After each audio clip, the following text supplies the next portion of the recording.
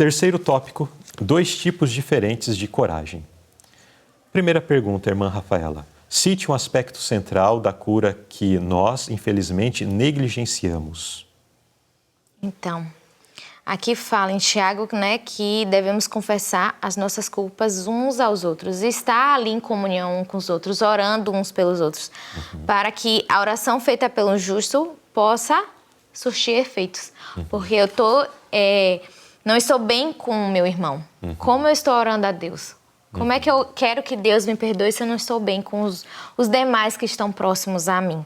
E aqui diz que muitas pessoas estão ignorando esse erro, infelizmente. Aqui diz que estão amargurando assim a própria vida e ainda mais obscurecendo a vida de outras pessoas.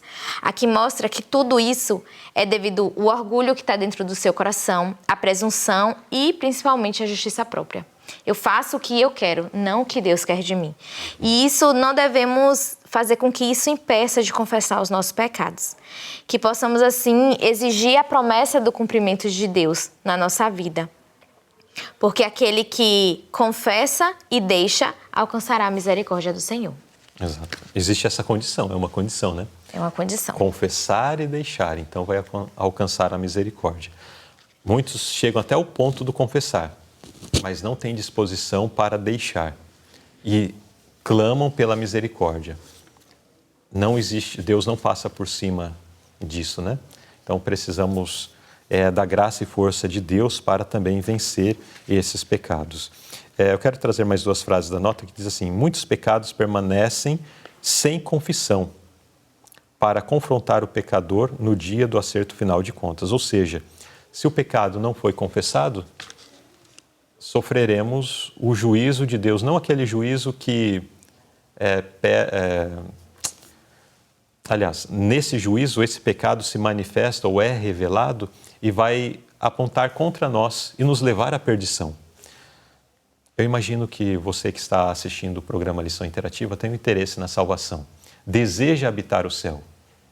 Então, por que vamos permitir que coisas como pecados não confessados e abandonados permaneçam na nossa vida, sendo que isto já está garantindo o nosso lugar entre os perdidos e não entre os salvos?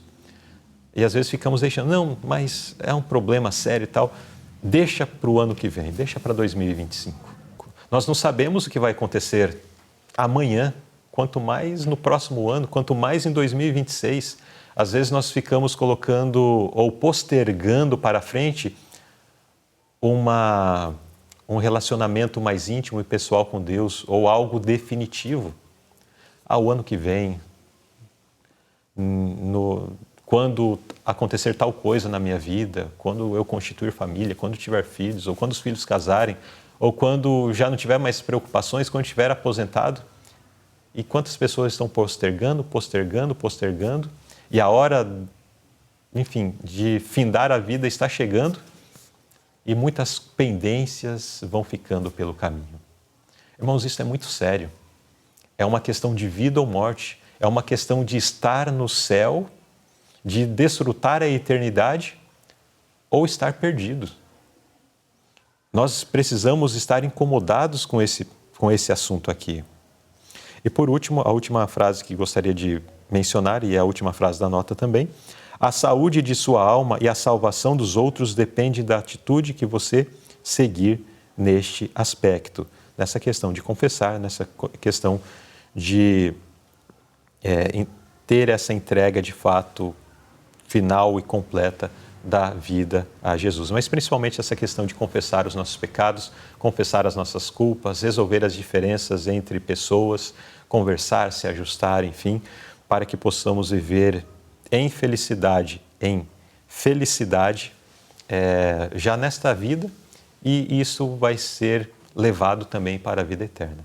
Mas quando temos diferenças, quando temos problemas, nós somos infelizes nessa vida e automaticamente teremos a infelicidade da destruição final também. Vamos à pergunta B. Quando estava preocupado com a apostasia espiritual de sua nação, que atitude o profeta Elias tomou e como Deus o protegeu? Então, né, aqui mostra que Elias, ele viu a apostasia do povo, viu a apostasia do rei. E com isso, aqui diz que o céu confiou uma missão para Elias, que era entregar uma mensagem de punição, né? E ali Elias vai e fala e ora também, né, mostrando que não haveria nem chuva e nem orvalho Sobre a terra. sobre a terra. Foi uma mensagem dura, Muito dura. mas ele foi, entregou essa mensagem e nós vemos daí, através da história, que Deus o protegeu. E aqui diz que ele ansiava pelo arrependimento do seu povo, né? Elias entregou aquela dura mensagem, mas ele queria que as pessoas se voltassem a Deus, que as pessoas já não estavam mais adorando a Deus. Antes que se afastasse, como diz aqui, antes que afastasse tanto do Senhor na prática do mal, a ponto de levar e a destruí-los completamente. Então Elias falou, não, eu tenho que dar essa mensagem e trazer esse povo de volta a Deus, antes que não reste mais tempo de misericórdia para eles. Nós vemos em alguns momentos da palavra de Deus sendo apresentado um cálice, né, da misericórdia de Deus. E quando esse cálice se transborda, então os juízos de Deus vêm sobre um povo, uma nação, uma família. Nós vimos isso em relação aos cananeus, quando Abraão esteve como um grande missionário naquela terra, testemunhando de Deus. E Deus disse, olha, você, na sua posteridade, vai herdar essa terra, porque esse povo ainda vai ter mais um tempo de misericórdia. E quando atingiu esse limite, então o povo de Israel sai do Egito e toma a terra de Canaã. Nós vemos isso acontecendo em alguns momentos quando, na história do dilúvio, Sodoma e Gomorra, temos isso que chegou quase a acontecer quando Deus enviou o profeta Jonas para a cidade de Nínive. Ali estava no limite. Daí foi o profeta, apresentou a mensagem, o povo se arrependeu, se converteu e Deus então aplacou a sua ira, não destruindo-os naquela ocasião. Mas aqui Elias estava percebendo que isso estava para acontecer contra o seu povo.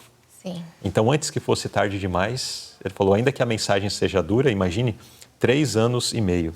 Agora, nessa parte final, nesse segundo semestre deste ano, em várias regiões do Brasil, especialmente centro-oeste, sudeste e sul, nós tivemos aí um período muito prolongado sem chuvas. E quando as chuvas vieram, foram chuvas muito tímidas, que quase não resolveram muito a situação.